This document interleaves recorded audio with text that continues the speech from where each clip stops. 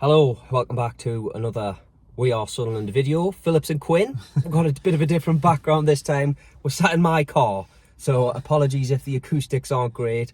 But we've just heard from Regis Le Bris. Do you think I did an alright job there? Yeah, there was a few people that go on it. Yeah, there was 4 or 5 different pronunciations of his name. But yeah, what did you make of it? I was quite impressed. I don't know about you. It was obviously a difficult situation for him. I thought it was interesting that he was by himself, not flanked by Christian Speakman.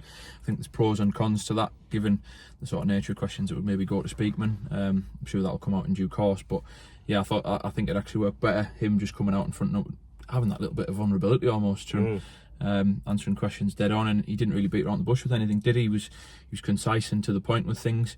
His English was very good. He understood everything that was going towards him, and sort of it seemed as though he has a clear vision of what he wants to do over the next couple of weeks into pre-season, whether it be with staff, recruitment, getting that model and the ideology of his team. He spoke about that quite a lot, didn't he? The identity and things like that. So yeah, I think on the whole that was pretty positive, and I think supporters will take quite a bit from it. Yeah, I was left pretty impressed as well. It's nice to see he had a bit of a sense of humour about him as well, didn't there? There was a few laughs in there. I mean, look, I'm not going to read too much into it. His job's not to be a comedian, it's to be a football manager, isn't it? And yeah, I was left impressed. I think obviously one of the major talking points that we'll start with is the coaching situation.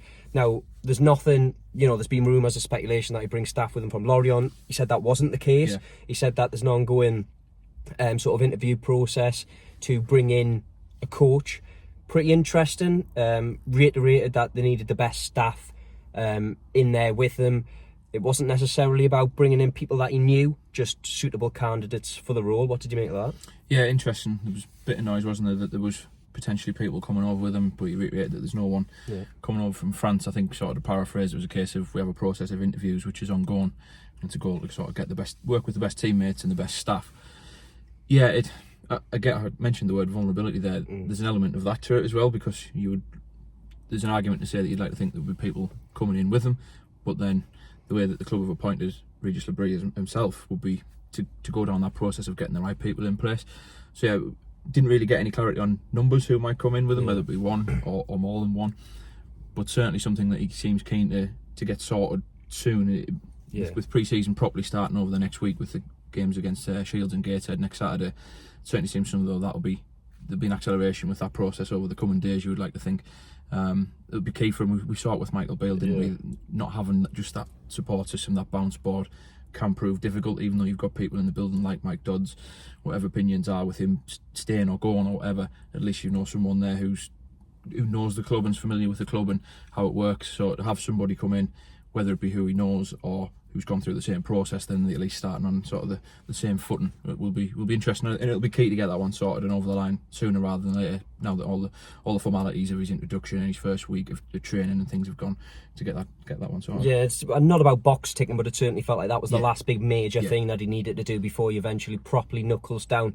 Obviously, if you're watching this, you'll be seeing some of the clips from training that we had behind the scenes. They'll have done the pre-season testing. There was nothing too rigorous today. Obviously, that'd be because the cameras are there, etc. He spoke as well about ramping things up, didn't he? Now he hasn't sat down and spoke with players yet individually one-to-one. He's had a number of group meetings, he said. I think I asked him, what his first sort of weeks look like. Fair play to him for coming out and saying that his first speech fully in English was with the players. He said he felt anxious doing it, but it was good to get that out of the way, isn't it, early doors.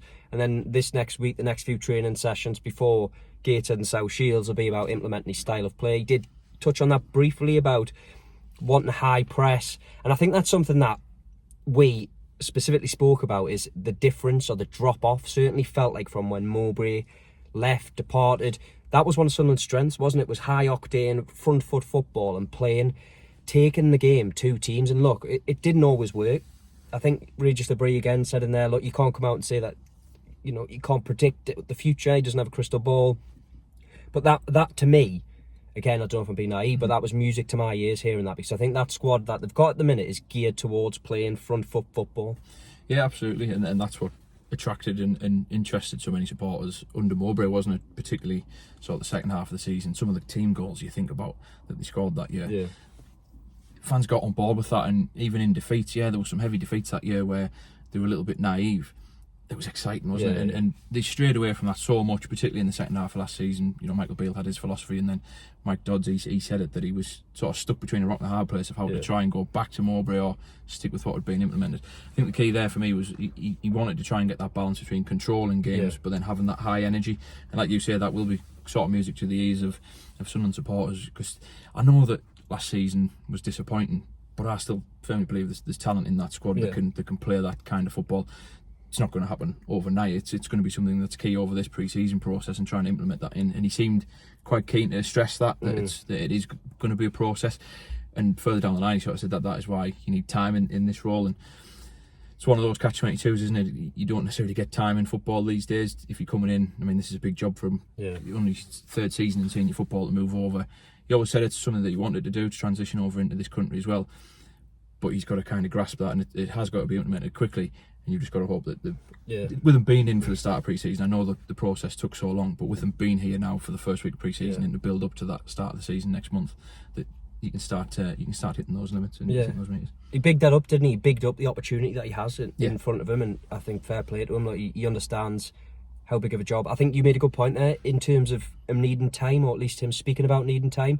Now, towards the end of Mike Dodds' interim tenure, he spoke about it feeling clunky. We've spoken about it. I think everybody who watched Sunderland last year, it felt like there was a bit of a mismatch of ideas of maybe trying to still have parts of the way Tony Mowbray played, but then taking in, Michael Beale when they sat off away from home with a structured sort of 4-4-2 out of possession.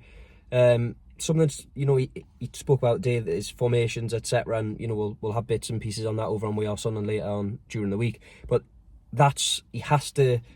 his first job on the training pitch, obviously we'll be getting his ideas across, but it's the cohesion, and he spoke about cohesion quite a bit there. And that, for me, was quite refreshing to hear that from a new, fresh set of eyes, that look, he's well aware of the issues that are there. He spoke about there being problems. He didn't sit there and go, this is all sunshine and daisies. He acknowledged that there were good parts, but he said that, it was poor at times last season. Yeah, he's absolutely doing his homework. He's watched plenty of games. I think he referenced the fact that he's not even taking in France's European Championship games, is he? Again, just sort of lighting the mood, which was good. Yeah, he seems as though he's under no illusions as to the improvements that are needed. I think he referenced it as you go through times of depression almost. That could be football, it could be in life, couldn't it? He seems as though he's got his head screwed on. I know that there's only been 2 senior seasons in management over in France, but he's had a lot of work in the academy, and he emphasised that as well, that's what drew him to this project. He's been looking for a club that has a vision that Sunderland have got, and you've just got to hope that it marries up, because the recruitment, which is something we probably will come on to shortly, is going to be key as well. But getting those ideas across early, it just, it's going to be vital to whether he gets off to a good start and how this is going to go. It's all well and good sitting there talking about what his philosophies are. Ultimately, it's got to be on the pitch, and this is where it's put into practice, isn't it? Yeah, just a quick one before I forget. We are obviously still in partnership with the Farm Museum and Cospex Opticians. You can subscribe to We Are Sunderland for £1. We're giving away 10 of Sunderland's new home shirts for next season. And if you are watching on YouTube, drop us a subscribe on there, drop a comment. On the recruitment that you've just mentioned, it was interesting again, wasn't it? How much or how little he gave away. I think obviously he's aware of what issues Sunderland have, but he said that he'd have a much better or a clearer picture of that after the first couple of friendlies. I completely understand that, because again, it's pre-season training, they've just done tests and it'll be all about fitness. You'll know more in the next couple of training sessions that he has, and certainly from the friendlies. Yeah, there's 2 aspects to it. There's sort of the recruitment of bringing in experience, and then there's also getting to grips with positions of certain players. I think you referenced some players could go a 6, an 8 or a 10, and it'll be identifying that. Yeah, it was interesting, wasn't it? And we've all kind of collectively had that discussion about where certain players can play, where they're best suited, and that goes right the way throughout the team. But recruitment, he mentioned the key word, didn't he, in terms of experience. So he's comfortable, I think, again, to paraphrase, he's comfortable with the process of how the model's going to work, i.e. there's a recruitment team in place. But there is, although the 2 seasons back in the Championship, the players here have gained experience, there is an acknowledgement that possibly players with Championship experience might be needed to be brought in. I thought that was really, really interesting. And again, probably music to a lot of fans' ears, that it seems as though there's a lot of nods towards that's what's going to happen over the course of the next couple of weeks until the end of the transfer window, that we might just get 1 or 2 more experienced heads in that starting 11. I think he said to pilot the team, and that I thought it was a great word to summarise it well, because that is exactly what they need, whether it be the striker or the number 6, the 2 positions that we've continuously referenced over the course of the last 6 months, really. Yeah, I mean, we spoke about it, didn't we, on the pod earlier this week about, you know, the squad potentially needing trimmed. There was no questions to him, obviously, on outgoings at this stage anyway, but it does certainly feel, at least from listening to him there, that he has got a good, like you say, at least he's done it. You know, he has definitely done his homework. I was going to say he's got a decent grip on the team. It's all about that. Look, it's his first full week really at training, and we're speaking to him on what, day 3. When you've got to think that's probably quite intimidating for him as well.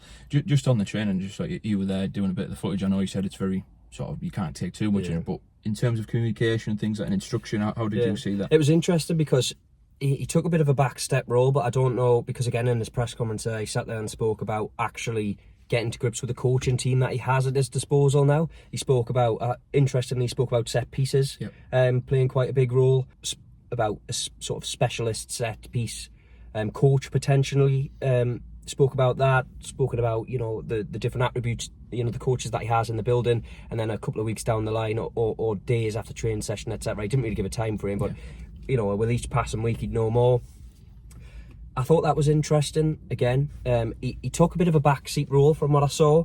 It was very much Mike Dodds, Michael Proctor in there going through the session. But again, that's not a surprise. Mike Dodds, again, towards the end of last season, spoke about having, you know, weeks of training planned in advance. And that, again, for Le Bris might actually be weight off his shoulders, being able to come in and have one less job to do. Yeah.